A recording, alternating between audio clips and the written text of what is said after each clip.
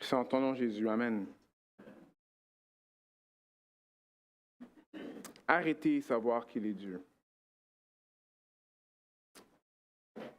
Contrairement à ce qu'on peut peut-être imaginer ou penser, le repos, c'est pas seulement quand on prend des vacances.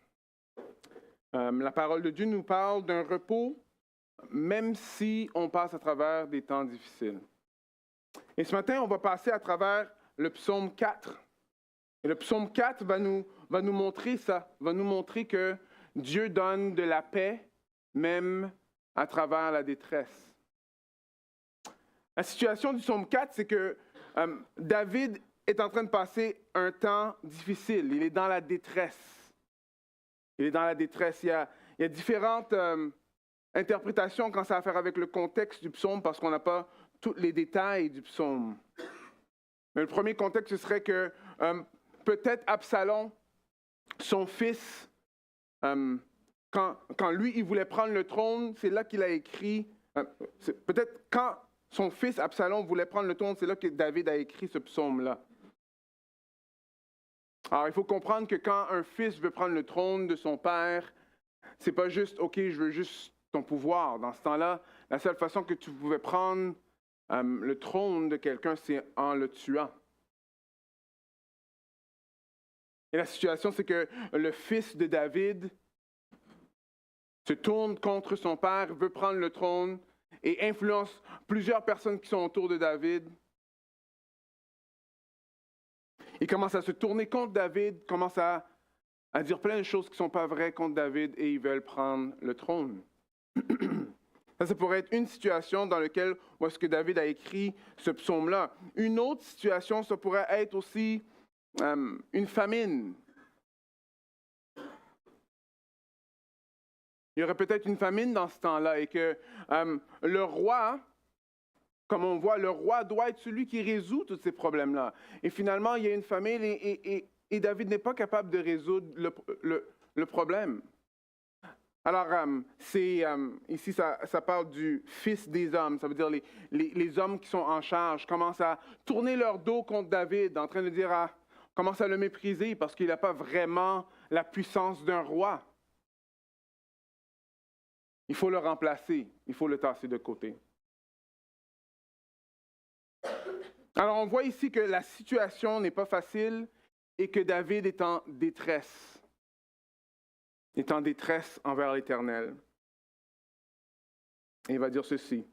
Lisons Psaume 4, au chef de chœur avec les instruments à cordes, Psaume de David. « Quand je crie, réponds-moi, Dieu de ma justice. Dans la détresse, tu me mets à l'aise. Fais-moi grâce. Écoute ma prière. Fils des hommes, jusqu'à quand ma gloire sera-t-elle changée en confusion? Jusqu'à quand aimerez-vous la vanité? Cherchez-vous le mensonge?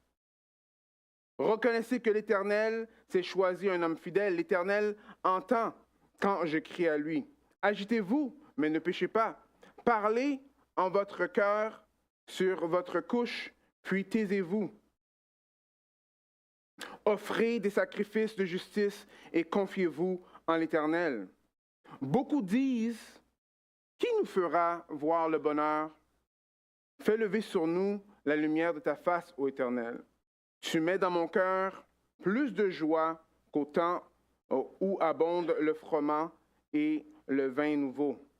Aussitôt couché, je m'endors en paix, car toi seul, ô Éternel, tu me fais habiter en sécurité. Un psaume qui commence parce que le psalmiste clairement est en détresse et il crie à Dieu. Il dit, Dieu, réponds à ma prière, écoute-moi. Réponds et écoute-moi. Alors ce psaume-là, c'est un psaume, on appelle ça un psaume de soirée, parce qu'il y a un psaume du matin. Le psaume du matin qui parle un peu de la même chose, c'est le psaume 3, le psaume qui vient juste avant. On va juste passer à travers le psaume 3, vous allez voir comment il est similaire. C'est un peu la même situation. Alors, psaume de David, quand il fuyait devant son fils qui? Absalom. Alors, l'Éternel, qu'ils sont nombreux mes adversaires. Nombreux ceux qui se lèvent contre moi. Nombreux ceux qui disent à mon sujet, point de salut pour lui auprès de Dieu. Mais toi, Éternel, tu es pour moi un bouclier. Tu es ma gloire et tu révèles ma tête. Tu relèves ma tête. À haute voix, je crie à l'Éternel et il me répond de sa montagne sainte. Je me couche et je m'endors. Cette fois-ci, je me réveille car l'Éternel me soutient. Je crains pas les myriades des gens qui, de toutes parts, se sont mis contre moi. Lève-toi, Éternel, sauve-moi, mon Dieu, car tu frappes à la joue tous mes adversaires, tu brises les dents des méchants. À l'Éternel est le salut. Que ta bénédiction soit sur ton peuple. Alors ici, on a deux psaumes qui vont ensemble et qui se ressemblent. C'est des psaumes de lamentation. Lamentation, ce n'est pas quelque chose que nous, on connaît vraiment bien dans notre contexte nord-américain. Mais la lamentation, on va voir que la lamentation, c'est quelque chose d'essentiel pour être capable d'avoir de la paix dans la détresse. C'est une forme de prière qui nous aide, dans la douleur, d'arriver à un point de confiance en Dieu. Combien d'entre nous, quand on passe à travers des temps difficiles, on a de la misère à faire confiance en Dieu? Combien d'entre nous, il faut lever la main. Alors plusieurs, on comprend que c'est difficile. On comprend que même quand c'est difficile de vivre ce qu'on croit dans le fond. On croit quelque chose, mais la situation autour de nous ne fait aucun sens. Alors on a de la misère à avancer. Alors ici, il y a plusieurs psaumes de lamentation. Je pense qu'il y a environ une quarantaine. Alors s'il y a une quarantaine de psaumes de lamentation, on a intérêt à savoir c'est quoi se lamenter, n'est-ce pas? Alors on va voir c'est quoi une lamentation et comment que ça nous aide à arriver à la dernière phrase qu'on voit dans le psaume qui dit ceci.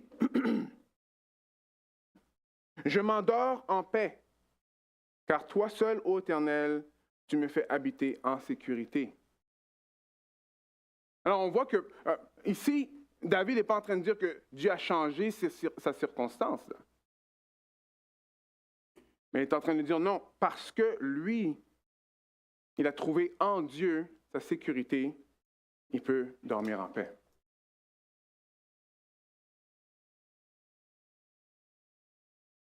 J'aimerais, par la grâce de Dieu, qu'aujourd'hui, on puisse ensemble se lamenter. Aller devant Dieu ensemble.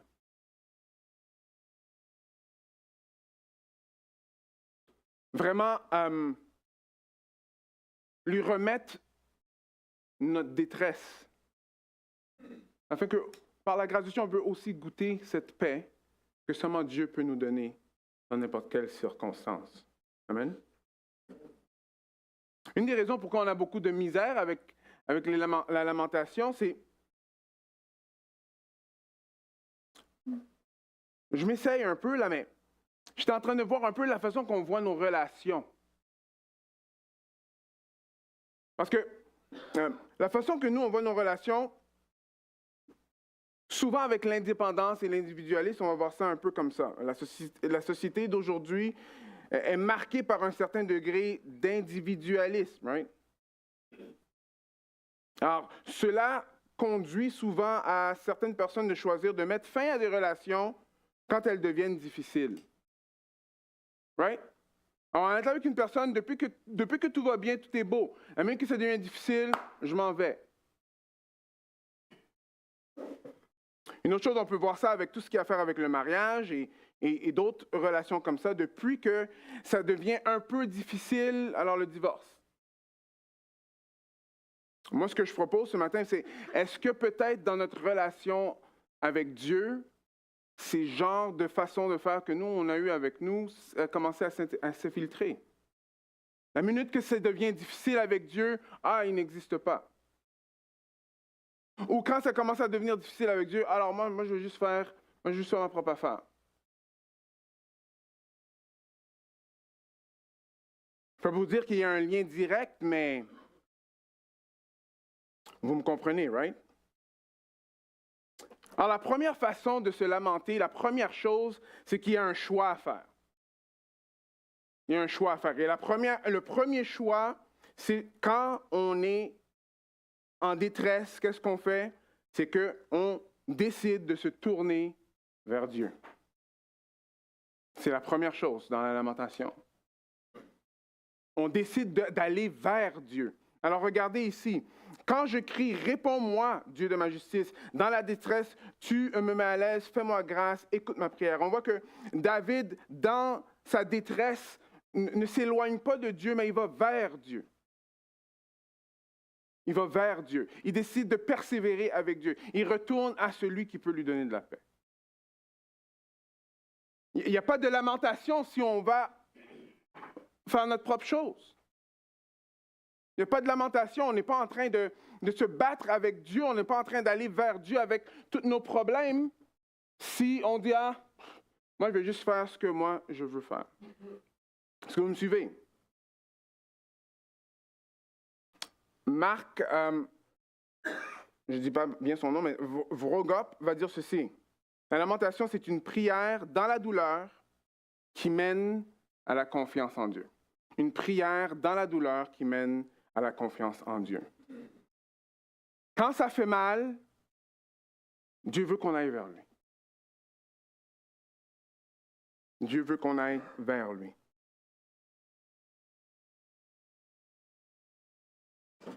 Oh. Je ne sais pas pour vous, mais des fois, souvent, quand j'ai des conversations avec plusieurs, et même des fois dans ma propre vie, quand il y a quelque chose qu'on n'aime pas, ou à la place d'aller vers Dieu, on va essayer de le résoudre nous-mêmes. On va comme un peu tasser Dieu de côté. Mais il y a une grâce que j'aimerais vous dire, que quand vous retournez à Dieu, quand vous allez vers Dieu, Dieu n'est pas surpris, hein? Dieu sait déjà ce qui est en train de se passer. Lui, il n'est pas surpris de ce qui se passe dans votre tête et dans votre cœur. En allant vers Dieu, Dieu dit, bon, maintenant, là, je peux t'aider. Là, je peux t'aider à enlever ces choses-là. Ne va pas tout seul. Ne va pas te vautrer dans ton péché. Viens vers moi. On a besoin d'aller vers Dieu. En 2024, je prie que nous, on puisse persévérer avec le Seigneur et aller vers lui. Que Dieu pourrait faire grâce à l'Assemblée. Et qu'à la place d'aller se cacher, on va vers lui. Alors, ça change notre perspective des choses. Alors, ça veut dire quoi? Parce que souvent, on va dire, si ça va bien dans ma vie, ça veut dire que Dieu est avec moi. Et si ça ne va pas bien dans ma vie, ça veut dire que Dieu n'est pas avec moi. Souvent, on va avoir cette façon de penser-là. Parenthèse, souvent, on va écouter des pasteurs et des prédicateurs en ligne qui vont vous dire des choses comme ça. Mais c'est loin de ce que la parole de Dieu est en train de dire. Alors, je ferme la parenthèse. On retourne dans ce qui est là. Il y a un prédicateur qui s'appelle H.B. Charles, que j'ai bien aimé la façon qu'il a expliqué. Un chrétien doit être ambidextre. Pas parce que je connais des gros mots, là. C'est parce que quand on joue au soccer, là, OK? Pour être vraiment bon, il faut être capable de tirer avec le pied droit et le pied gauche. Oui? Et c'est là que j'ai appris le mot ambidextre. C'est qui est capable de faire ça aujourd'hui? Au soccer. Ah, c'est Emmanuel. Alors, qu'est-ce qu'il voulait dire? Un chrétien doit comprendre que la vie est difficile et Dieu est bon. Et c'est les deux. Ce n'est pas un ou l'autre. Il y a de la détresse et la détresse est difficile et Dieu est bon. C'est les deux. Et au fur et à mesure qu'on avance avec le Seigneur, notre perspective doit changer. Parce que quand on va vers lui, c'est parce qu'on sait qu'il est bon. Et que la vie peut être difficile, très difficile. Mais on le voit avec Job. Vous connaissez Job, hein? Après que lui, il a tout perdu, il dit ceci. Ne suis-je sorti du sein de ma mère et nu j'y retournerai?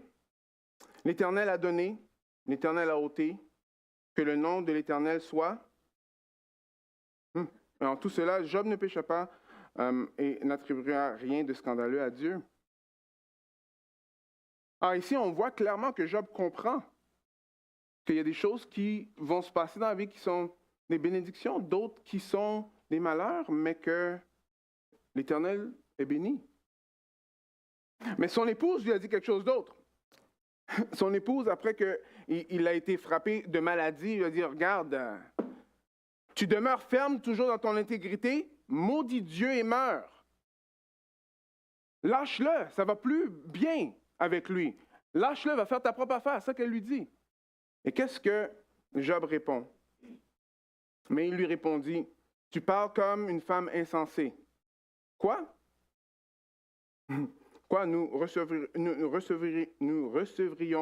de Dieu le bien et nous ne recevrions pas aussi le mal? En tout cela, Job ne pécha point par ses lèvres. Alors, nous voyons ici qu'un chrétien doit apprendre à comprendre que oui, la vie ne va pas toujours aller comme nous on le veut. Des fois, ça va aller complètement à l'encontre de ce qu'on veut. Et Dieu est bon. Dieu est bon. Ce n'est pas parce qu'il y a des choses qui nous arrivent qui sont affreuses souvent que Dieu nous a abandonnés. Est-ce que vous me suivez?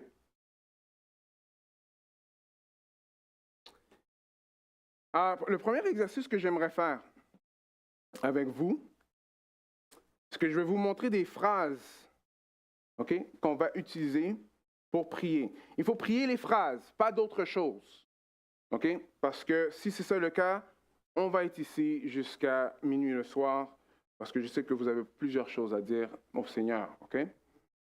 Mais le premier exercice, le premier temps de prière que j'aimerais qu'on fasse, c'est que j'aimerais que nous, on se rappelle de ce que Dieu a fait. On se rappelle que Dieu est bon. On prend un temps de louange, parce qu'on prend le temps de se concentrer et de prier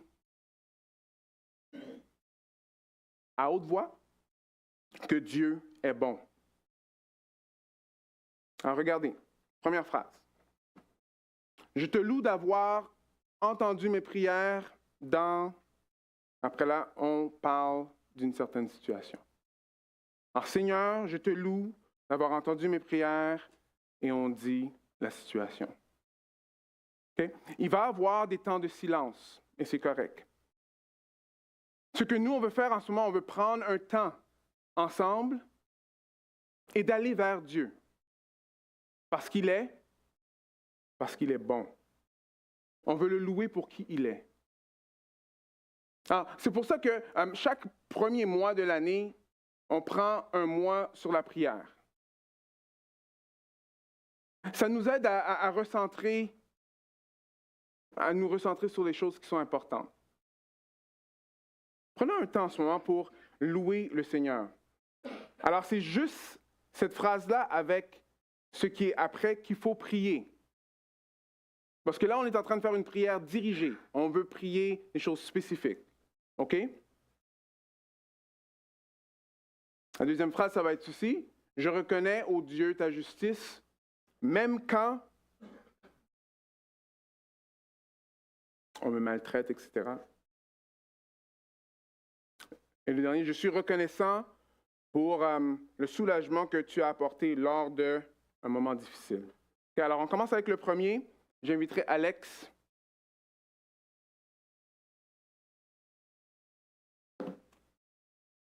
Qui va nous jouer un peu de musique.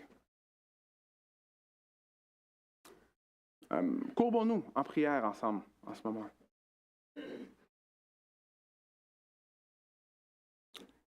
Je vais commencer, je vais terminer. Premièrement, Seigneur, j'aimerais te remettre ce temps de prière là en ce moment. Seigneur, on ne veut pas juste lire la Bible pour des mots. Seigneur, on veut le mettre en pratique. Et Seigneur, merci que tu nous montres à travers la parole comment on peut se tourner vers toi, comment on peut aller vers toi. Ce matin, Seigneur, on veut se rappeler qui tu es. On veut te louer pour qui tu es. Alors, voici la phrase qu'il faut dire après, terminer après. Vous pouvez regarder si vous oubliez, ce n'est pas un problème. Je te loue, Seigneur, d'avoir entendu mes prières.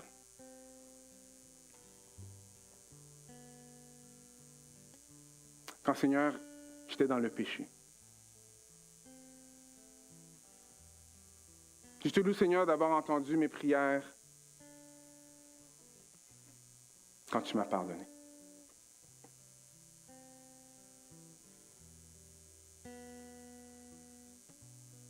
C'est ouvert à tous.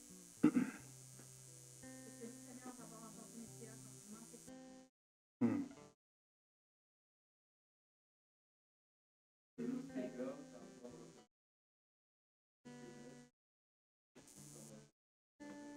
Hmm.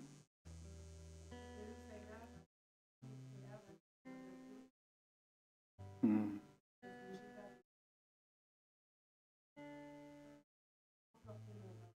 Hmm.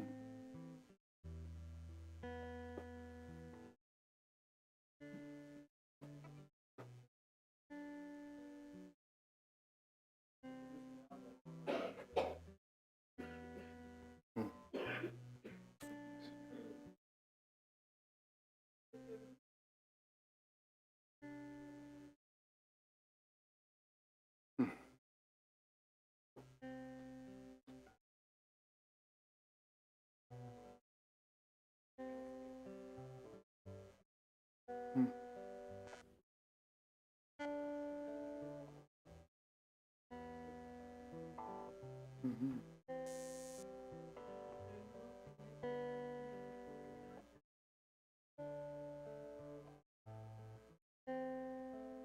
Ouais. Hmm.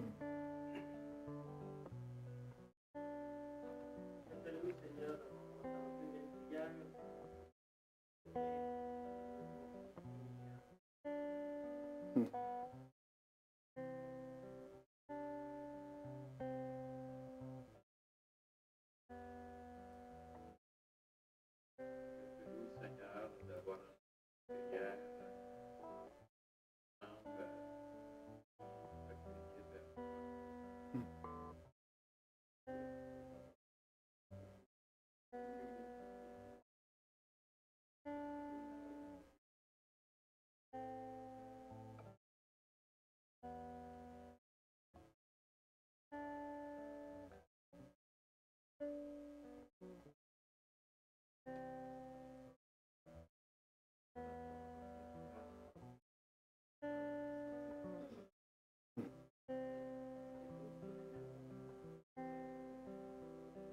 Hmm. Hmm.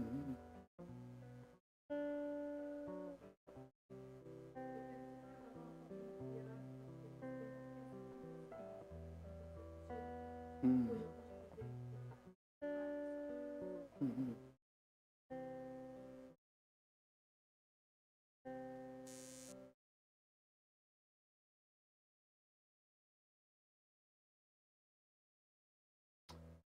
Oui, je te loue, Seigneur, que tu entends mes prières, Seigneur, en tout moment de la journée. Toi, tu ne dors pas, Seigneur.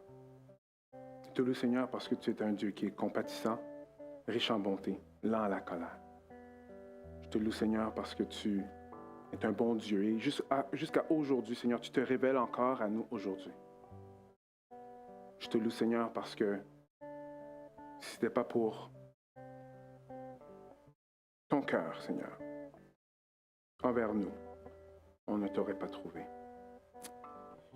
Passez au deuxième qui dit, je reconnais, ô Dieu, ta justice, même quand l'injustice frappe à la porte, Seigneur. Je reconnais que tu es juste, que tu es souverain par-dessus tout, même quand on me traite injustement, Seigneur.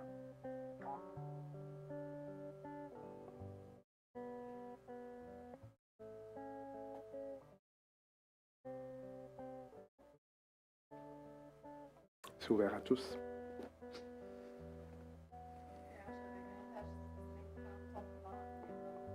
Hmm. Ouais.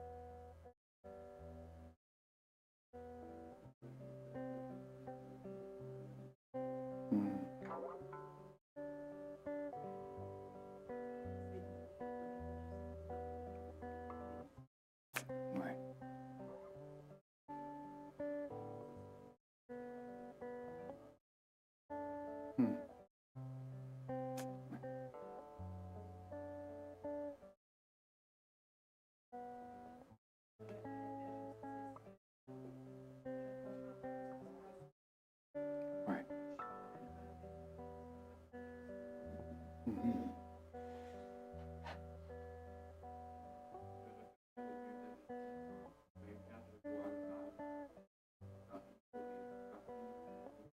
Mhm. Mhm.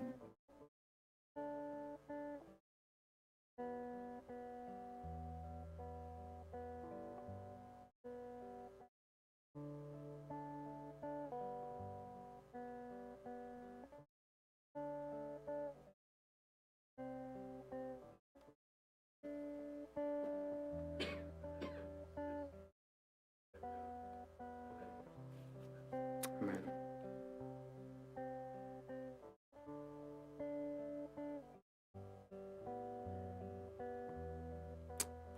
Oh Seigneur, on ne comprend pas tout ce qui se passe, mais on sait que ton plan est parfait et on sait que tu es un Dieu juste. Et merci Seigneur que tu es juste. Tu es tellement juste Seigneur que tu imputes ta justice à nous. Une justice qu'on ne mérite pas. Seigneur, toi tu es mort à notre place pour nous donner la vie. On te glorifie pour ça Seigneur. Et on te fait confiance. Même si quand on regarde autour de nous, souvent on ne peut pas comprendre ce qui se passe. Mais Seigneur, on fait confiance à ta justice, Seigneur. Prie en ton nom Jésus. Amen. Je vais arrêter là parce qu'il y aura d'autres temps qu'on va passer. Mais j'aimerais juste qu'on prête attention à quelque chose dans le texte, OK? Regardez bien ce qui est écrit ici. Alors, on voit ici que David va dire, « Quand je crie, réponds-moi, Dieu de ma justice. » OK? Il s'attend que Dieu, lui, il est juste et qu'il va faire des choses justes. Mais regardez ce qu'il dit. Dans la détresse, qu'est-ce qu'il fait? Tu me mets à l'aise. Alors ici, David se rappelle que quand il est dans la détresse, Dieu le met à l'aise. On vient juste d'aller devant Dieu en ce moment. Est-ce que c'était doux? Est-ce que c'était un temps béni? Oui. Dieu est doux. Il nous met à l'aise dans la détresse. C'est pour ça que c'est important que quand on est dans la détresse, qu'on se tourne vers lui. Il faut décider de se tourner vers lui. Pas de persévérer ou de faire notre propre affaire. Le regard de Dieu est doux. Son amour est bon. C'est complètement différent de ce que nous, on pourrait même avoir pour nous-mêmes quand ça a à faire avec nos propres attentes. OK? Je viens juste de voir que le temps avance, mais c'est correct, on va continuer. Deuxième chose qu'il faut regarder dans le texte qui est intéressant, c'est que juste après qu'il dit « Écoute ma prière », il va dire « Fils d'homme, jusqu'à quand ma gloire sera-t-elle changée en confusion? Jusqu'à quand aimerez-vous la vanité? Cherchez-vous le mensonge? » Cherchez-vous le mensonge? Le psalmiste ici, là, change de la gloire, de glorifier Dieu, et il vide son sac. Il vide son sac. Et une des caractéristiques de la lamentation, c'est qu'on va devant Dieu et on lui exprime notre plainte. Regardez, je vais vous lire un autre psaume, juste quelques versets. « Jusqu'à quand, Éternel, m'oublieras-tu sans cesse? Jusqu'à quand me cacheras-tu ta face? Jusqu'à quand aurai-je des soucis dans mon âme et que chaque jour du chagrin dans mon cœur? Jusqu'à quand mes ennemis s'élèvera-t-il contre moi? Regarde, reprends-moi, Éternel. Regarde, réponds-moi, Éternel, mon Dieu. » Alors, si dans une réunion de prière, quelqu'un commence à prier comme ça, on va commencer à dire « Oh, fais attention. » Mais non, ça c'est ça une lamentation. Une lamentation, c'est premièrement, il faut qu'on se décide de se tourner vers Dieu, et deux, on va exprimer ce qu'on ressent. On va à Dieu et on exprime ce qu'on ressent. Vous voyez, si vous avez déjà lu Job, vous allez voir qu'il y a plusieurs chapitres que vous dites « Hey boy, moi je ne sais pas si je parlerai à Dieu de même, n'est-ce pas? » Mais une chose que Job fait que nous, on ne fait pas. C'est que Job, lui, est en train de parler à Dieu. Il est en train de retourner à Dieu. Il est en train de lutter avec Dieu. Il veut comprendre plus Dieu. C'est avec Dieu que lui, il parle. Ou est-ce qu'aujourd'hui, c'est comme, si Dieu ne fait pas ce que je veux, je tasse de côté, je vais faire ma propre chose. Ce n'est pas ça du tout. Alors, une lamentation, oui, c'est dans la douleur, mais c'est une prière. On va vers Dieu et on lui dit ce qu'on ressent.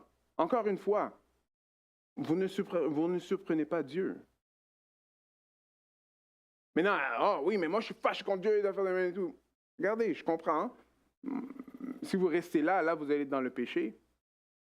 Mais allez dire à Dieu que vous n'êtes pas d'accord avec de quoi, que vous ne comprenez pas ses voies et tout. Oui, vous allez voir que ça fait partie de ça. Jésus l'a fait sur la croix. Ça, c'est une lamentation. Mon Dieu, pourquoi m'as-tu abandonné? Right? C'est du psaume 22, verset 2. C'est une lamentation. Alors souvent, ce qu'on va faire, c'est qu'on va dire, quand on va prier, on va juste prier, c'est pas si pire que ça, ou bien, on ne va pas oser prier les choses qui sont vraiment les choses qui nous dérangent. Mais avoir une relation comme ça avec quelqu'un, on va l'appeler une relation superficielle. Right? Si on n'est pas capable de parler des vraies choses, si on n'est pas capable d'aller parler à cette personne des vraies affaires, alors ce n'est pas une relation qui est très profonde. Right? Alors la relation avec Dieu, c'est une relation qui est profonde et Dieu veut qu'on va à lui. On se tourne vers lui. Et on persévère dans la relation, même si on ne comprend pas ce qui est en train de se passer. Est-ce que vous me suivez un peu? Parce qu'il ne nous reste pas beaucoup de temps. On va sauter ça. Mais moi, je vous encourage de vous tourner vers Dieu, prendre un temps solennel, seul, et aller avec ce qui vous dérange. Aller vers Dieu. Et on va voir pourquoi une lamentation, ce n'est pas simplement de chialer à Dieu. OK? Parce qu'il faut qu'on atterrisse quelque part pour que ce soit une lamentation. Okay, alors, si on est juste en train de se plaindre à Dieu et on reste là, ce n'est pas une lamentation, c'est juste du chialage. Et on va atterrir quelque part, je vais vous montrer ça dans un instant. Mais allez vers Dieu et videz votre sac. Videz votre sac. Dieu est bien plus capable de le prendre que le voisin, je peux vous dire ça. Maintenant, on continue dans le texte, après on voit que le psalmiste, il va dire à ces personnes qui le persécutent quoi faire. Et c'est intéressant parce qu'il y a d'autres psaumes qu'il va carrément juste dire à Dieu de les éliminer. Ici, il va leur dire quoi faire. Il va leur dire, reconnaissez que l'Éternel s'est choisi un homme fidèle. L'Éternel entend quand je crie à lui. Agitez-vous ou tremblez, mais ne péchez pas. Parlez en votre cœur sur votre couche, puis taisez-vous. Offrez des sacrifices de justice et confiez-vous en l'Éternel. Alors ici, on voit que David, lui, il voit ce que ses détracteurs sont en train de faire et il leur dit, écoutez, changez d'attitude, repentez-vous, tournez-vous vers Dieu. Tournez-vous vers Dieu. Ça m'a fait penser, j'ai dit, intéressant. Combien de fois que nous, on prie pour les ennemis? Ceux qui nous font du mal. Ouais, on est supposé de le faire, là, tout. Non, mais comme vraiment. Alors ici, on voit que ceux qui faisaient du mal à David, il est en train de leur dire de changer d'attitude. Alors pour prier pour eux, on peut voir une façon de prier pour eux. Les mots sont là. Seigneur, pour un ennemi, qu'ils reconnaissent que moi je suis un de tes enfants, je suis juste en train de suivre ce que toi tu es en train de faire.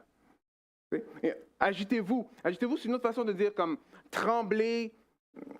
Ce mot-là en hébreu, je vais vous lire ce que Ross a dit, j'aime bien comment il le dit. Le mot trembler peut se référer à n'importe quelle émotion forte. Alors ça peut être la colère, la peur, l'inquiétude. Right? Ce que David est en train de dire en ce moment, il dit à ses ennemis de se secouer dans le plus profond de eux-mêmes afin de ne pas pécher. Réveillez-vous. Right? Alors, une façon de prier pour ceux qui font du mal à l'Évangile ou qui nous font du mal, c'est de prier carrément, Seigneur, qu'ils puissent se secouer et arrêter de pécher, se tourner vers toi, qu'ils puissent se confier en toi, qu'ils puissent changer d'attitude.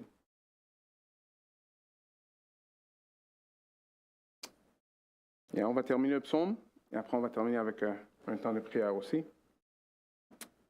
Versets 7 à 9, ça dit ceci. Beaucoup disent, qui nous fera voir le bonheur? Fais lever sur nous la lumière de ta face, ô Éternel. Tu mets dans mon cœur plus de joie qu'au temps où abondent le froment et le vin nouveau. Alors, aussitôt couché, je m'endors en paix, car toi seul, ô Éternel, tu fais habiter en sécurité. Ici, il y a quelque chose d'important qu'il faut voir ici. La question, c'est alors, le bonheur va venir d'où? Ça va venir d'où, le bonheur? C'est qui va nous faire voir le bonheur? Et David fait référence à quelque chose ici. Il fait référence au froment et au vin nouveau, ou à la récolte, à tout ce qu'on reçoit, les choses du monde. Et regardez bien ce qu'il dit. Tu mets dans mon cœur, quoi? Qu'est-ce que vous voyez après le mot cœur? Quoi? Plus de joie. Plus de joie. Pour être capable d'atterrir, il faut qu'on atterrisse ici, qu'on réalise que être dans la présence de Dieu, que la lumière de Dieu brille sur nous, va nous donner plus de joie que les autres choses que Dieu nous donne. Ce qui sont positives, que nous, on doit louer Dieu. Il faut qu'on ait plus de joie que seulement ce qu'on reçoit du Seigneur. Est-ce que vous voyez ici? Et c'est ça qui fait en sorte qu'il trouve sa joie de l'Éternel, qui fait en sorte qu'il peut dormir en paix et en sécurité.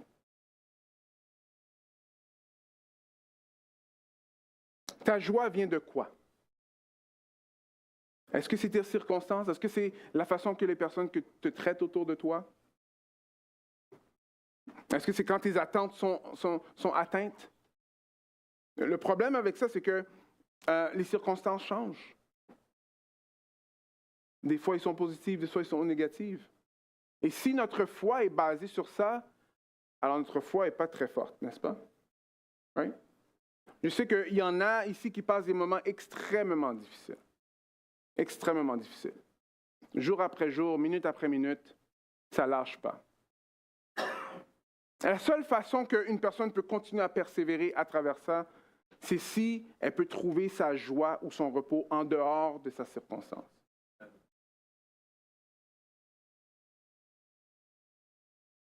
Il n'y a pas d'autre façon. Alors, pour que ce soit une lamentation, non seulement qu'il faut qu'on se décide pour se tourner vers Dieu, et oui, qu'on aille vider notre sac, mais il faut qu'on atterrisse ici. Où est-ce qu'on fait confiance?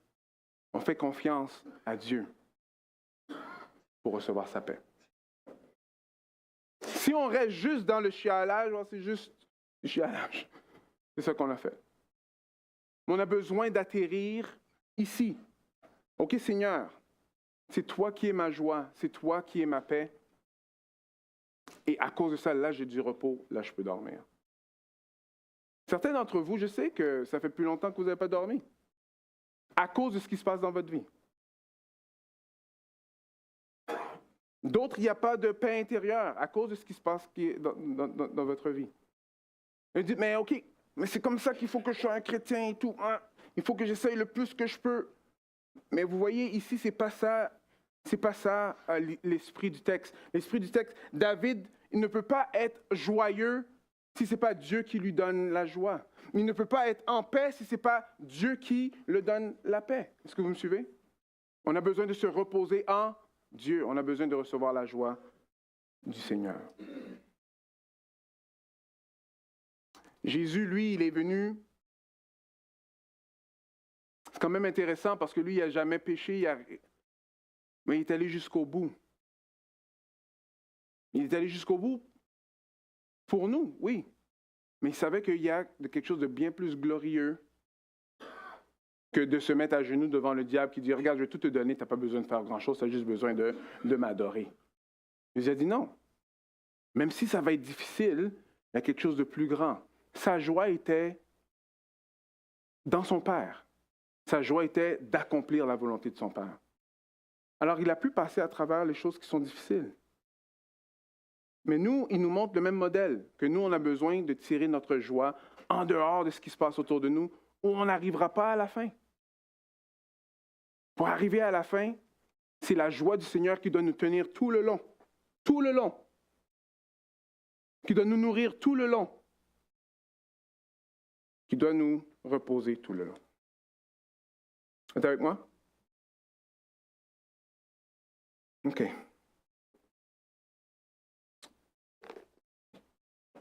Un dernier temps de prière, je vais juste sortir une phrase qu'on peut dire, après on va terminer avec ça. OK? Même si je continue à rencontrer, ça peut être des batailles spirituelles, ça peut être la colère, ça peut être l'amertume, ça peut être le doute, ça peut être quoi que ce soit. J'aimerais qu'on prie, Seigneur, Seigneur, donne-moi ta paix. Donne-moi ta paix. Même si je continue à rencontrer, vous pouvez dire, c'est quoi? Là, je veux que ça soit vraiment une bataille spirituelle. Je ne veux pas que quelqu'un commence à parler de son épouse, là. Ça ne va pas fonctionner. OK? Ou de son frère ou sa sœur. Je veux juste dire, oui. OK? Même si je continue à rencontrer, c'est quoi les embûches spirituelles dans ta vie? Right? Seigneur, donne-moi ta paix.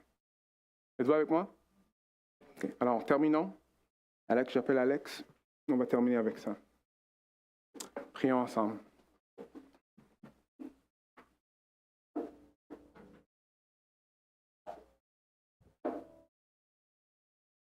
Je vais terminer. C'est ouvert à tous.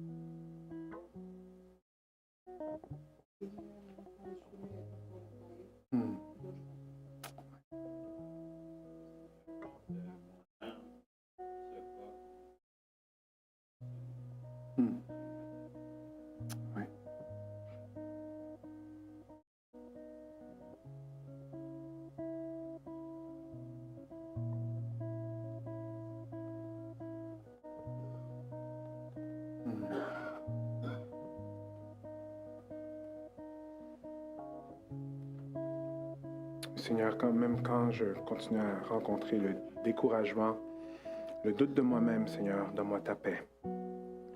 Même si, Seigneur, on ne comprend pas vraiment souvent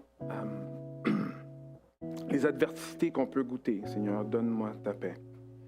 Je prie pour l'Assemblée, Seigneur, que tu peux être notre paix. Seigneur, on prie pour ceux qui ne te connaissent pas, que tu puisses être leur paix aussi. Seigneur, donne-nous ta paix. On prie ça en ton nom, Jésus. Amen.